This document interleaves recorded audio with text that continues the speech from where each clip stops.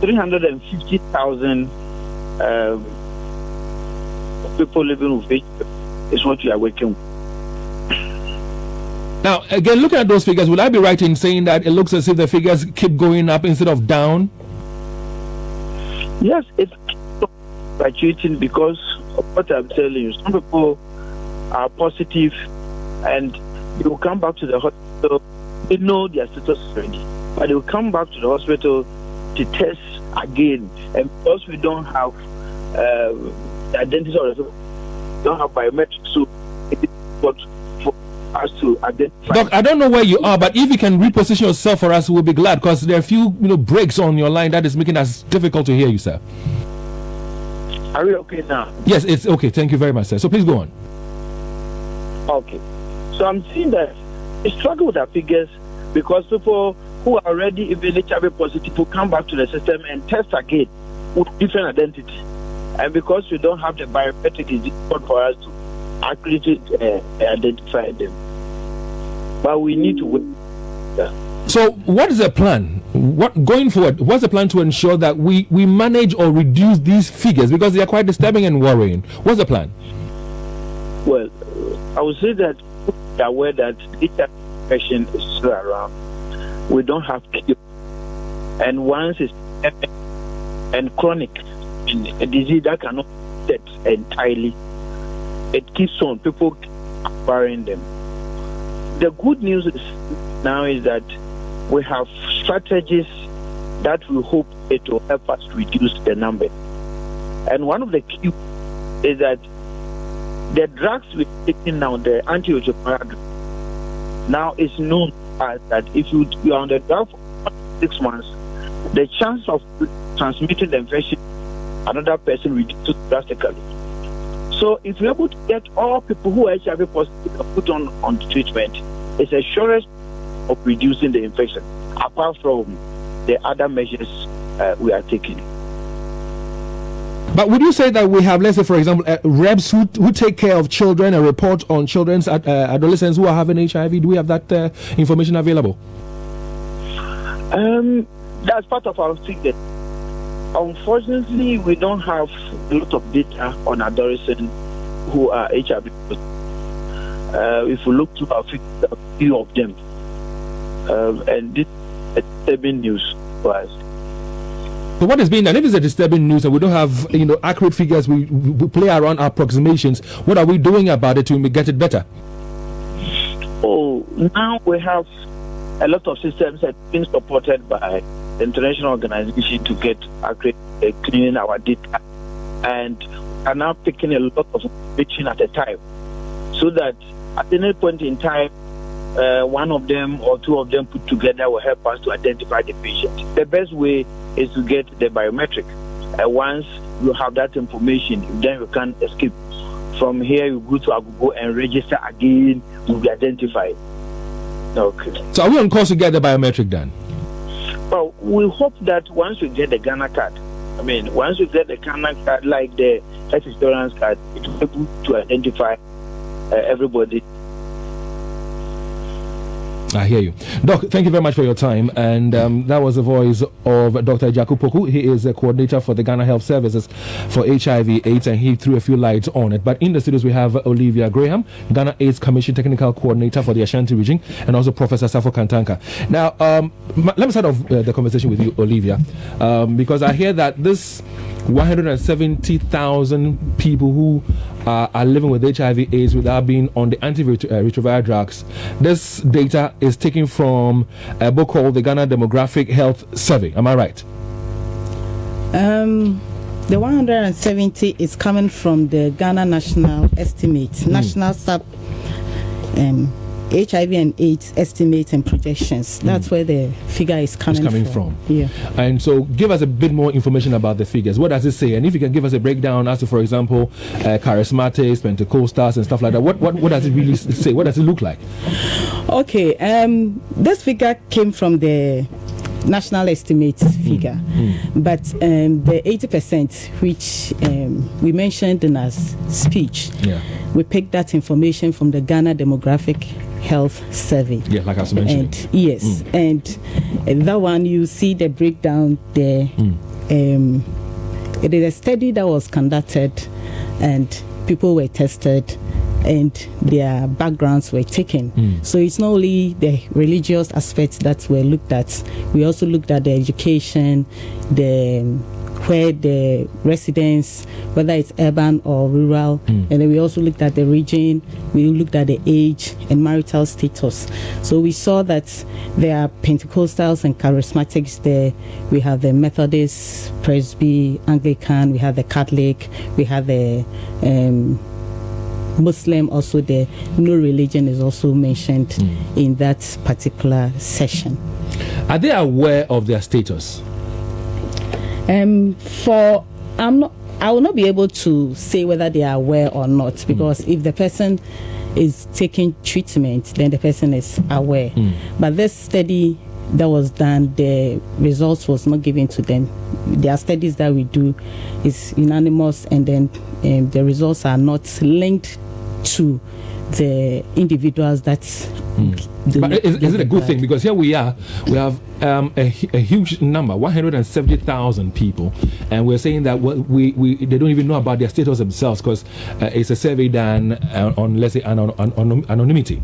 Is that a good thing? I'm very sure some will know their status, but I can't say that everybody knows. Everybody who was part of the study knows their status, because this is the protocol of that study, and it wasn't to give their status to them. Okay.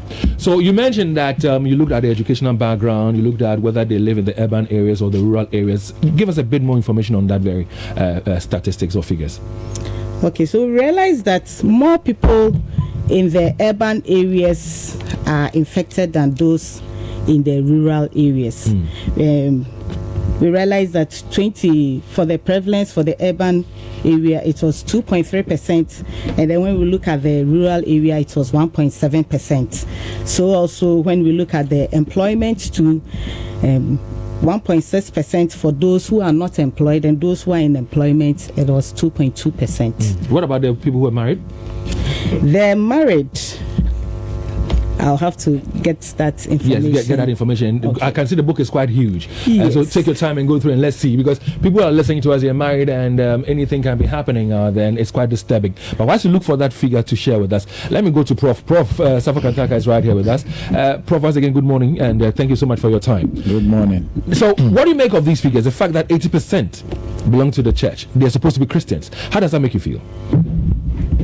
I'm not. It's something that for me, it doesn't make any serious headlines.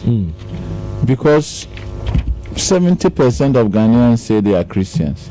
So if you do a survey and it says that 80% of the people you surveyed said they were Christians, it's just with the statistics. That's what you should expect. But is it not disturbing that people who are supposed to be living upright lives, moral lives, people who belong to the church, people who go to church, and these days not only on Sundays but almost every day, go to church, come back, live certain lives, not all of them though, but most of them might be living certain lives that will be leading them to get some of these conditions. Is it not disturbing? I wish we were to replay the message that was played, Pastor Otabel's message this morning.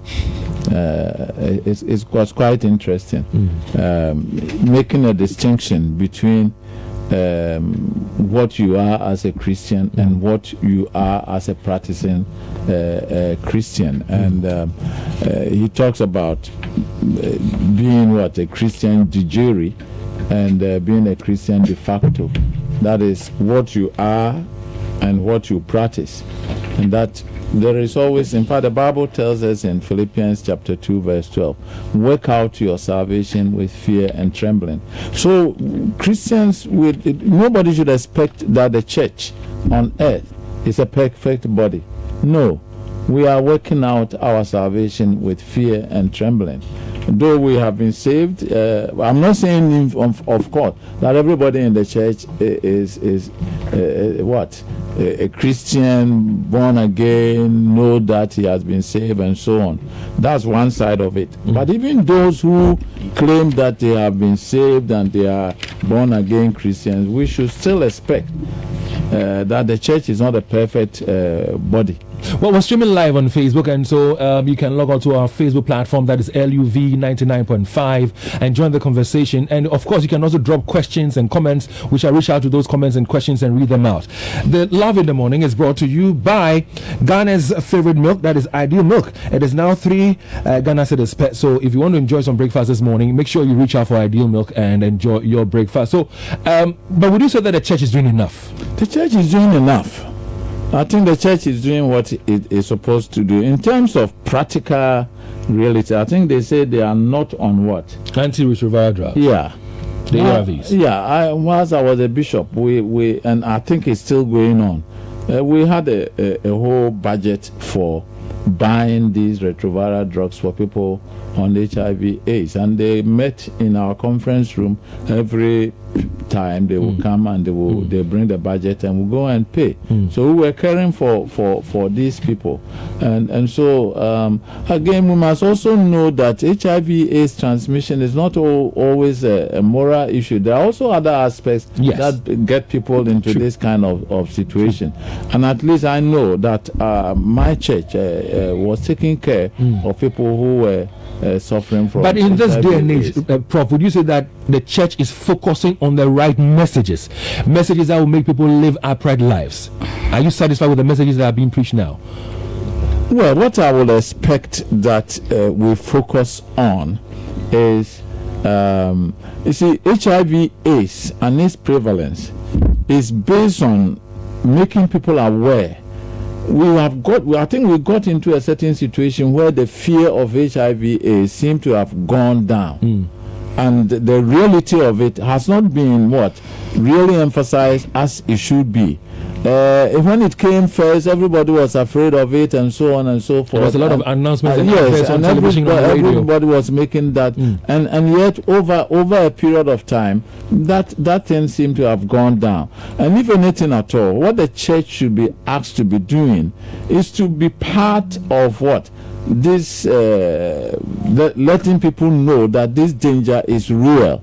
Because if you ask any average Ghanaian as to whether he has AIDS or not or whatever is, most of them will say they go to church. And that's what I said earlier on. If 70% or more of Ghanaians say they are Christian, and you do a survey and you find that 80% of those are Christians or they go to church, you haven't found anything that is wonderful, that is out of the ordinary, because the national average is what you are reflecting. But the concern is it's going up.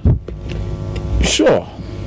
Because, as I said, there's a bit of laxity in making people seriously aware of what is happening. Olivia, if I may ask this question, bouncing off from Prof here, he says that if you look at the national figures, Christians are more, than the Muslims and other religions. So therefore, this is not a much of a big deal. You agree? Exactly. It's expected, because if Christians are more, then definitely Christians, it's likely that Christians will also be more, because as we all know, HIV infection comes in various forms. There are people who are virgins and married and got infected whilst married, and they didn't go outside their wedlock. So it is not strange that Christians form the majority. We brought this information out because we need to strengthen partnership with the churches. We need to let them, the churches, know what is going on, so that the messages that come out from the pulpit will address these issues. Do you think they're doing enough in that regard, that the messages from the pulpit is addressing this concern? I think in the past the messages were going on, but as mentioned earlier, a lot of people now felt HIV is no longer a threat, because we have the antiretroviral. So once you put somebody on it, the person will do very well. So we were no longer seeing the skinny and slim and then the very sick people. So a lot of people tend to feel that HIV was no longer there. But we just want to draw the attention that HIV is still around, it's still real, and we still need to do more. And so we are saying this so that from the pulpit, we continue to preach the abstinence that we preach, and we also preach faithfulness. And then we tell them that if you know you cannot do these two, then you have to use the condom, because you better protect yourself. But have you reached out to the churches? Yes, the church has always been part of the program.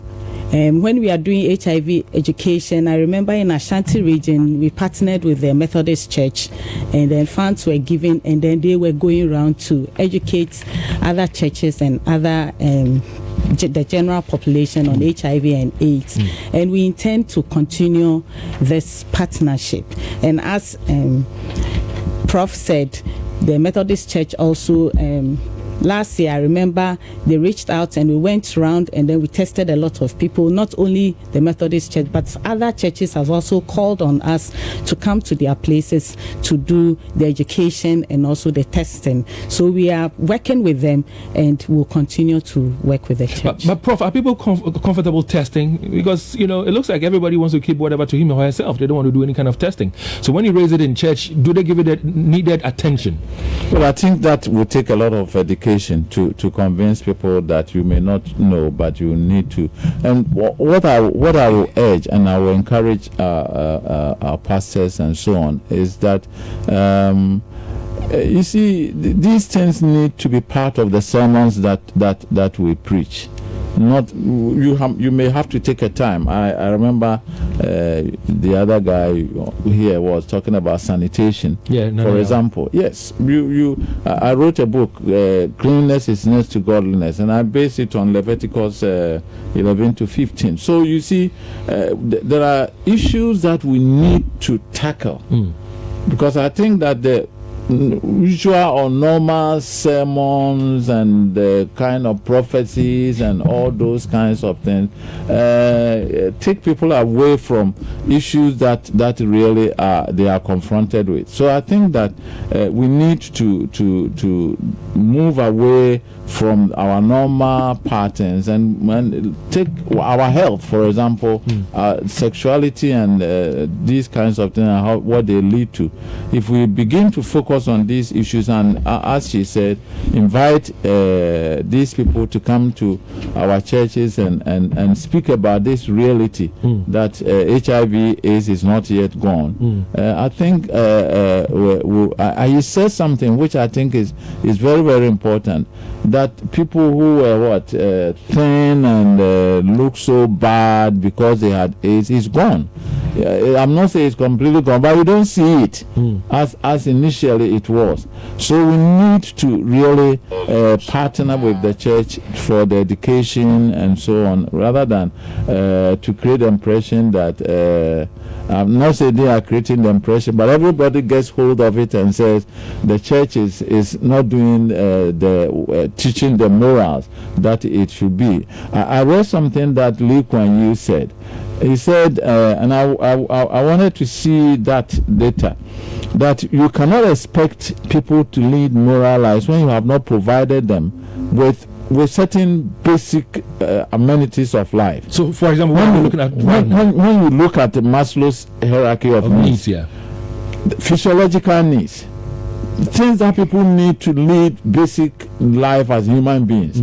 If you have an economy, you have a situation where that's where I want to see the emphasis. How is these things affecting people who lead a certain category? And he began to give things on rural versus urban, employed and unemployed, and those are, when we begin to have that kind of data, then we begin to see how those things are affecting. If you talk about morality only as a factor that determines whether one gets AIDS or not, you'll be looking at a very little aspect but of do you think the that whole issue. The church is not talking more or preaching more about some of these issues because they might lose members? Because, shall I trust me, many people will not want to be going to church and be hearing sermons on HIV. I mean, so they might not go to church or switch camps.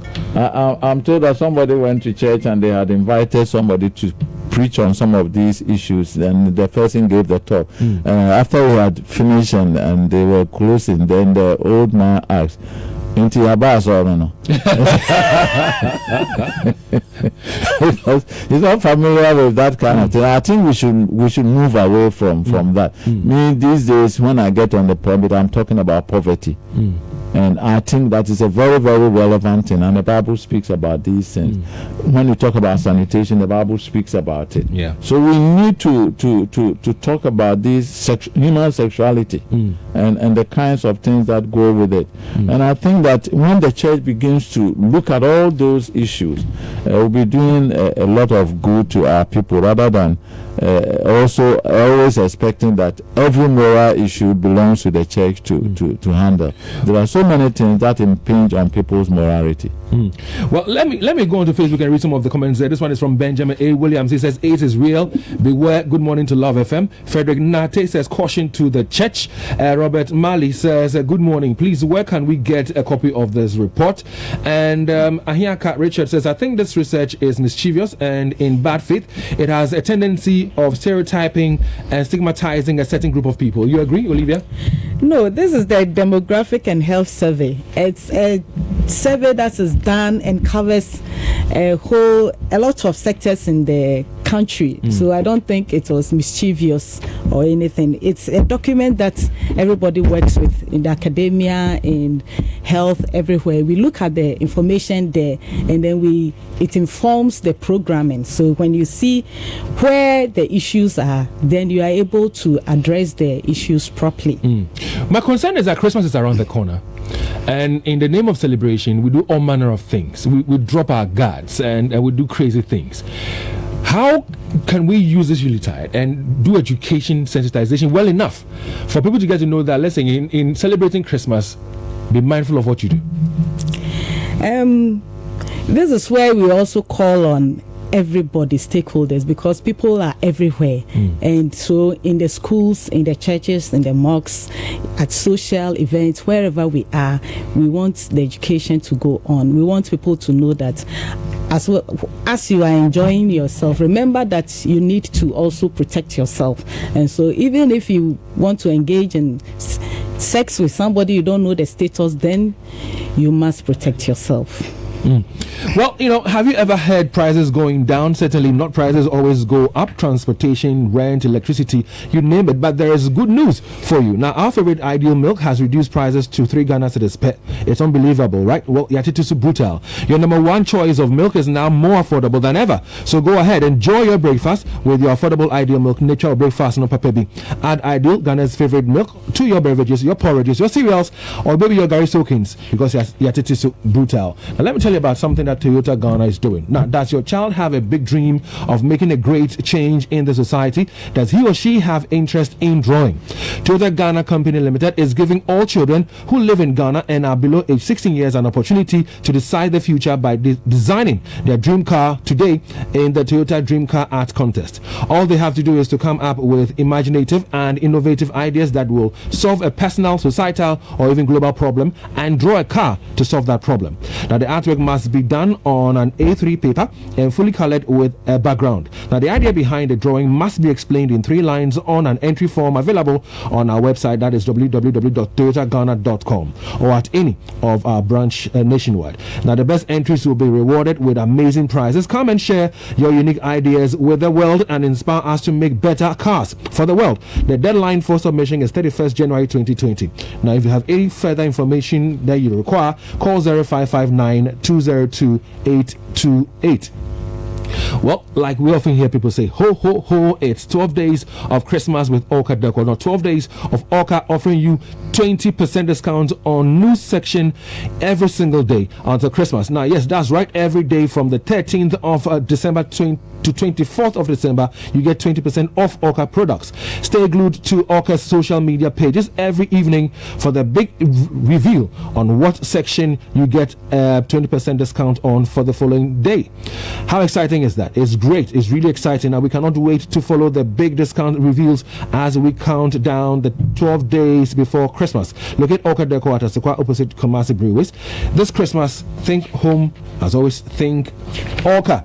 Now, let me tell you about 2M Express because it is the latest transport service that plies Accra Kumasi Road and will soon go nationwide. 2M Express uses brand new air-conditioned buses which are replaced every 5 years. 2M Express has both small and big buses that gives you superb comfort during the journey. Now, aside they are well-trained drivers who know what they are about on the road, 2M Express has its own rooms where drivers rest before they embark on a journey. Now, 2M Express has the biggest and the most modernized bus terminal in Accra. It is next to the VIP station. Check it out. In Kumasi, you can find 2M Express opposite Asafo Home Touch Restaurant. Now, they have a very comfortable air-conditioned waiting area plus a world-class toilet facility. Other services they have include the bus hiring, domestic bus services, parcel delivery, and much more. Call 2M Express on 028 000 2020. 2M Express, comfortably safe. Now, Prof, let me ask the same question as I asked of Olivia a while ago. Christmas is around the corner, and you know what we do at Christmas? We drink a lot, promiscuity is high and all that. It's not in the church. It is in the church. Prof, it's in the church. Trust me, I know things that happen in the church, Prof. So what can the church do to make people understand that even though it is Christmas and we're having all the fun, we need to be wise and smart? I think it's timely. We need to draw people's attention because the Christmas season is not just a message about Christ and He being born, but it's also a time of merrymaking, a time of celebrations, and so on. And therefore, we need to add to our messages that people need to watch these things and not just follow on and in their parties. As you said, people drink, people do all kinds of things during these kinds of celebrations. So we need to add that to and warn people. I think my whole message this morning is, and I like I've seen this advert, even the First Lady herself saying that people should go in, and I think we need to, and I will want to encourage our lady here that let us get to the church and everybody going back to the old days when we made it sure that AIDS is real. And I think the church, I can say the church it should be ready to partner with them to make the message real. Even if we say everything on economy, on sanitation, on HIV, on health, and so on, every Sunday one aspect of it. I think it will help. Listeners, give us a call. Let's hear your thoughts. 03220-83596. What do you have to say? What do you want to share on this subject? Give us a call. 03220-83596. Again, you can send us your voice notes to 0554-031192. Now, there's a survey, and it's stated that about 350,000 Ghanaians are living with HIV. Out of the 350,000, 170,000 are not having antiretroviral drugs. They're not on antiretroviral drugs. And again, 80% of that amount or figure are from the churches. It's disturbing to me. What do you have to say, especially with Christmas around and all the things that people do? But again, there's been a challenge and a call, to district and regional directors of health that they've been giving them targets to work with. How is this going to really work? What have they been told? What is happening now is testing is not only being done at the... Excuse me, please. This is the first time I'm having you in the studio, so let me do this to you. Let's go to the phone lines. I have Elder on the line. His name is it Elder Saki? Elder Saki is on the line. Let's have a conversation with him as to what his thoughts are. Elder, good morning. Good morning. Elder Saki, let's hear your thoughts on this issue, sir. Yeah, thank you for this important program. I just want to do some clarifications. I was at the program because I'm a member of the Ghana AIDS Commission Committee in Asante. Yeah, Dr. Jacopo never said Christians, but he said that about 80% of such people also go to church. So, yeah, I don't want us to narrow it down. It wasn't from Dr. Jacopo, it was from the lady with us in the studios, and it is based on statistics that they've put together. And I'm talking about Olivia here. The MC, Mama Teresa, was also, emphasizing the point. I hear you. But then in any case, we in the churches will also do our best to sensitize people about it. Thank you very much. Well, thank you very much, Elder Saki there. Well, 03-220-83596. You can also join the conversation. Hi, Kofi. Hello, Kofi. Hello. Good morning, sir. Good morning. Yes, Kofi, I'm told you're calling from BBNE. Let's hear your thoughts on the issue, sir. Oh, I think that with regards to the percentage and the relation to Christians, that doesn't really make any, a serious issue. The issue is that the prevalence is increasing, and that's what we should watch out. It's not about, the number of persons who are becoming infected are more of a Christians, or because if you look at the population, if majority of Ghanaians are Christians, then it makes sense that if you go to Saudi Arabia and people are infected with HIV, and then you say the majority of them are Muslim, then you don't really make any difference, you understand, in terms of that investigation. But I think that the education should be more up like it was in the beginning, so that people have gone to sleep, and that is where the problem now is. I hear you. Thank you very much. He says people have gone to sleep, and that's where the problem is. Christoph, good morning. Yeah, good morning, David Akwesa. I hope you are fine. I'm well. Dave, can I ask this simple question? Is there anybody in Ghana who doesn't know that there is HIV/AIDS? So if you are saying that education is not coming, then what about our own selves? What are we doing to ourselves? Knowing the dangers and the damning consequences of with you getting this deadly disease. So to me, I think the individualistic persons in the country, we should take our own life. Because if I know that if I go and do this is what I'll get. I shouldn't wait till somebody comes to tell me that if I do this, I'll get it. So I think that the individuals, our lifestyle, our sexual lifestyle is something we must check. In fact, the Bible even says that don't give your strength to women. Okay, so any man who likes women, you are getting closer to your grave. I hear you, and I believe that as we take, and the pastors too, we shouldn't always be saying Yesuba. Let's take time and teach some of these things. Thank you very much, Christoph. Dr. Jimate, good morning. Good morning. Yes, Doc, you're on radio. Let's hear your thoughts on the issue, sir. Yeah, thank you very much. I've been listening to the discussion. I listened to what Prof said. I've only been hearing of Prof. I'm sure he's Professor Safu Kantanka. Oh yes, he's Professor Safu Kantanka, and I've been mentioning it, sir. Yes.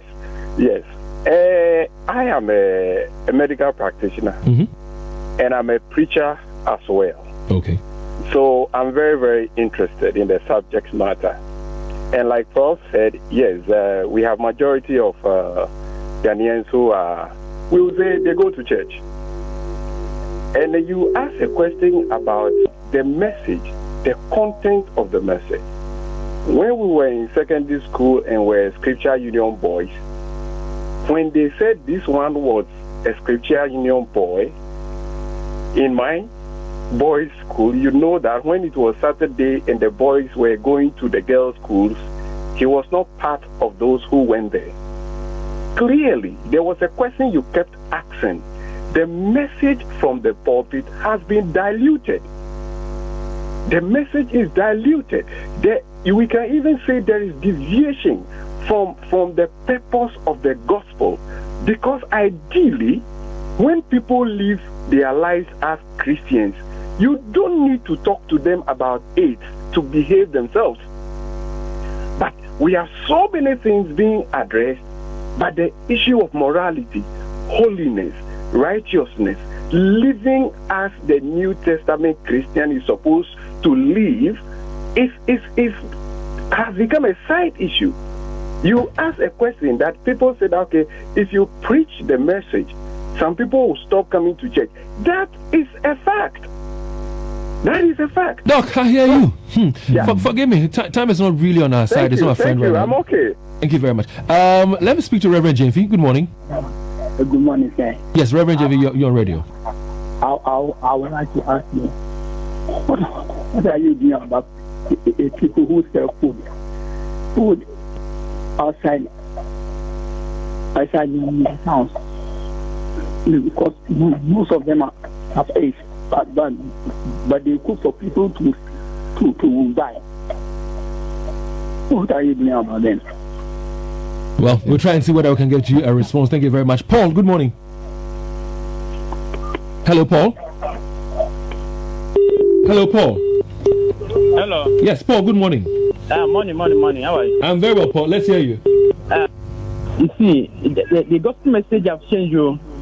The salvation message, the real message of Christ has, we can't find it in our today's message. That is because of all these things. You see. And moreover, you see, if you can't fear God, if you just fear HIV, comfort yourself. Thank you. Well, comport yourself, he says, and we thank you very much for your call. Clement Ewabafo sends a message on Facebook, says, he's writing from Widiem, says, David, I think most of Ghanaians are Christians by mouth, but not in practice and in deeds. He says, good morning to incoming Assemblyman for Ashima, Trabum, Widiem electoral area, Augustine Henry. Let's speak to a political thinker. Good morning, political thinker. Yeah, good morning, Dave. Yes, sir. I think it's so disturbing and very, very worrying because what is going on, the next generation is going to suffer most. So I think we need to do something today that can make everybody knows his or her status. So going to the future, the next generation will be more saved, because if you look at these figures, I'm even shivering. I'm shivering, Dave. So let us do something better to solve it. I hear you very much. Thank you very much as well. Well, Bonarive is here giving us delicious meals now. They offer delicious acheke with sumptuous grilled tilapia. They serve continental dishes like rice and chicken, beef or shrimp sauce. They have potato chips with grilled chicken, special jollof with noodles and special salads. When it comes to the local dishes, they have banku and okra soup or tilapia. They also have ampesi with agushi stew. They also have fufu with all kinds of soup. Now call them for your parties, your weddings, your funerals, your conferences and other events. They serve nationwide, and so just give them a call on 020-811-4846. You can find them right here in Kumasi at 100 Atinga Junction. They are opposite Oasis of Love. 03220-83596. You can give us a call and let's hear your thoughts on the issue. Now, Dandison Company Limited is out there doing amazing things. Now, Dandison are dealers in floor and wall tiles. They have both porcelain and ceramic. They have marble top. They have the security doors, bathroom accessories, plumbing pipes and accessories, sanitary fittings, electrical wires, fittings and lights. They have aluminium, balustrades, paints and many more. Now for beautiful home, just visit Dandison Company Limited. You can also contact them for beautiful fabrics like French lace, Polish lace, cord lace, cotton lace, printed satin, chiffon, kente jewelry and kitchenware. Visit them this festive season and you would look great. Locate them on the first floor of Nana Akwesi Ajiman Street, adjacent Central Baptist JHS near S5 Crowfoam. Call them on 0264 330 605 or 0242 648 295. We've got Richard on the line. Hi, Richard.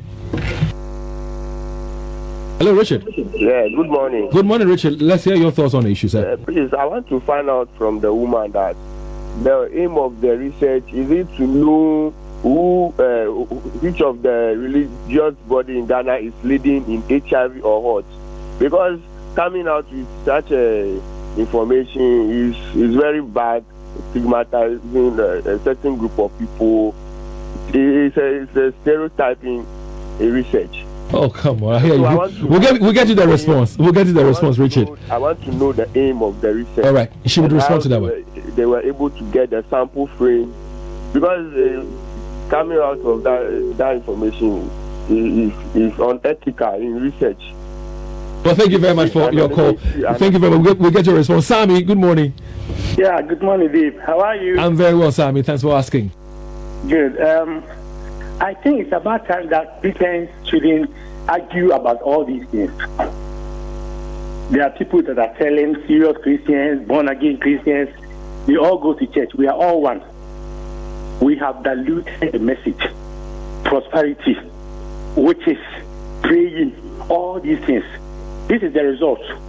We haven't seen anything yet. Quite recently, David, your station, they said the prisoners in Ghana, Christians, are about 50 or 70%. Now here we are. So what we need to do is pray to God, go back to the scriptures, and help other people. Righteousness must be preached, holiness, all these things we've neglected it. So Dave, no wonder Thank you. Well, thank you very much, Sami. Let's speak to our final caller in John. Hi, John. Good morning. Hi, Dave. How are you doing? I'm very well, John. Thanks for asking. Let's hear your thoughts on the issue, sir. Excellent. I just really felt I needed to contribute to this. And I really hope that in the studios, as a journalist, you can help to provide some education to the listeners regarding statistics that are put out. I like what one caller said when he explained very clearly that when you look at it in terms of the percentage of those living with HIV being Christians, it's really neither here nor there.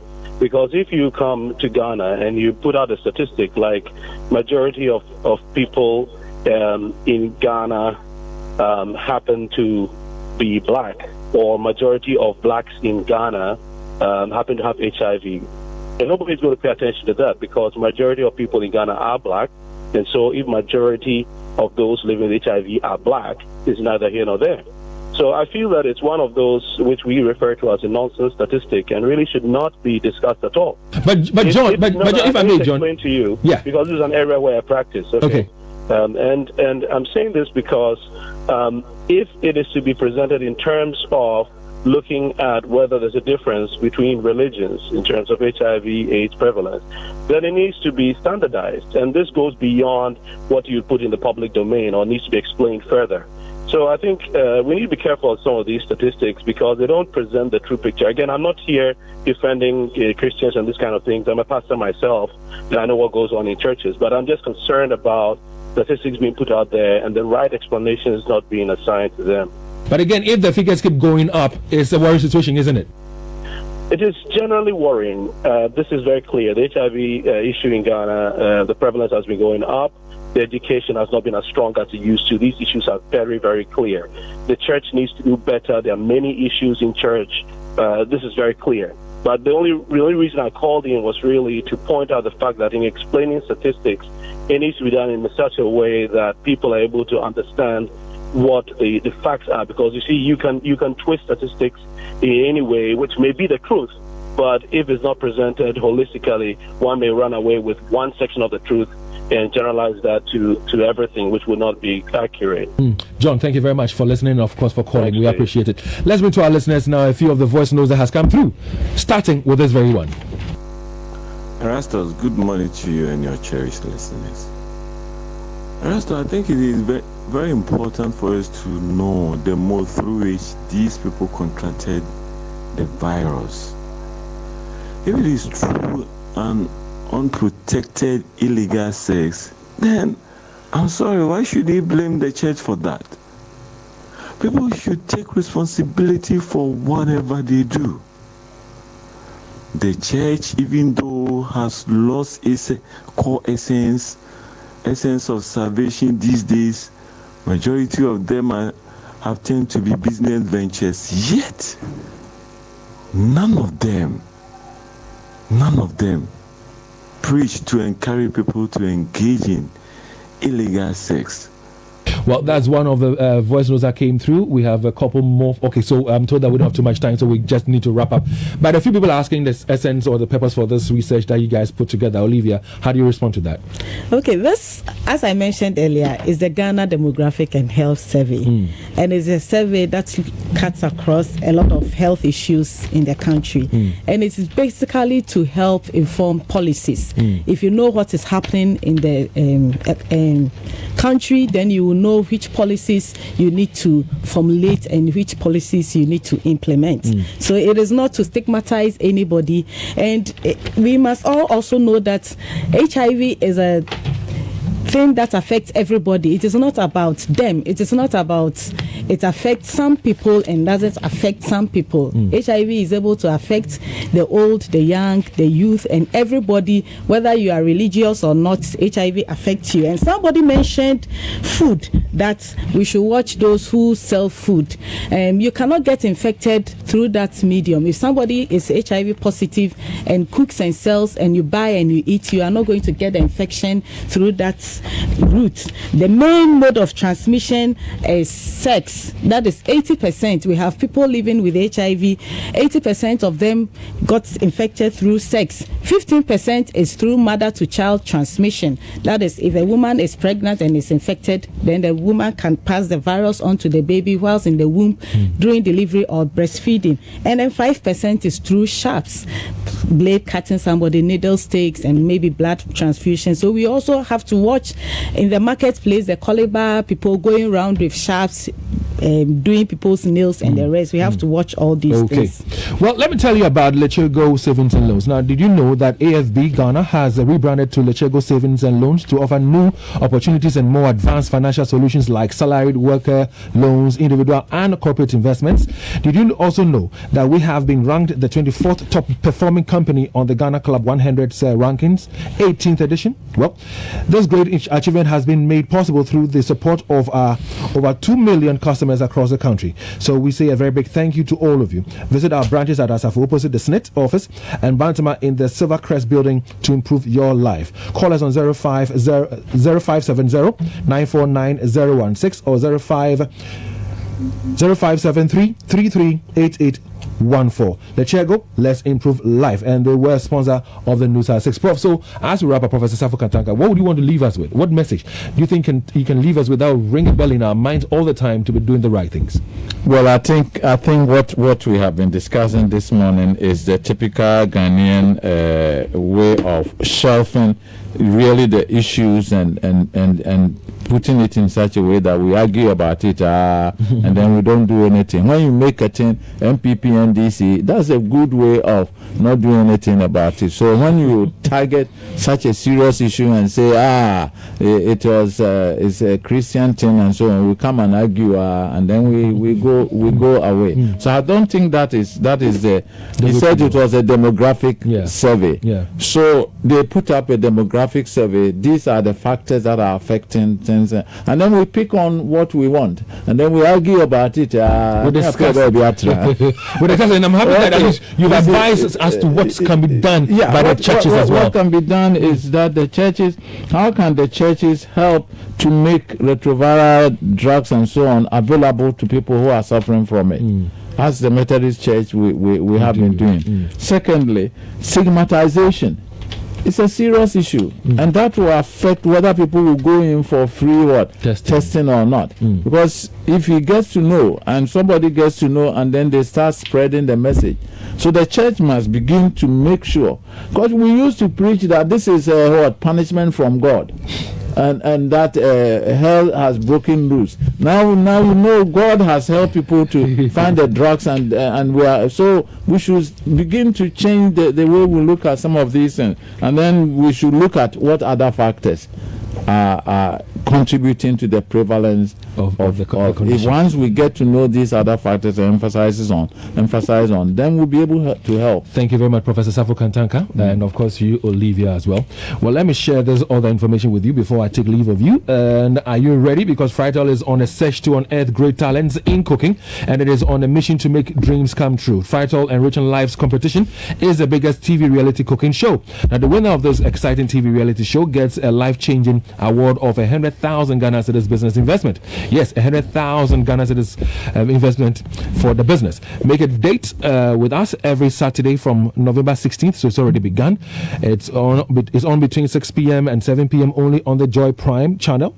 Frital Enriching Lives is brought to you by Frital Enriching Lives, unearthing talents, and of course fulfilling dreams. Still to come your way on the Super Morning Show right on Love 99.5. We have a conversation on Manifesto 2019, a report card on the delivery of the NPP government's manifesto.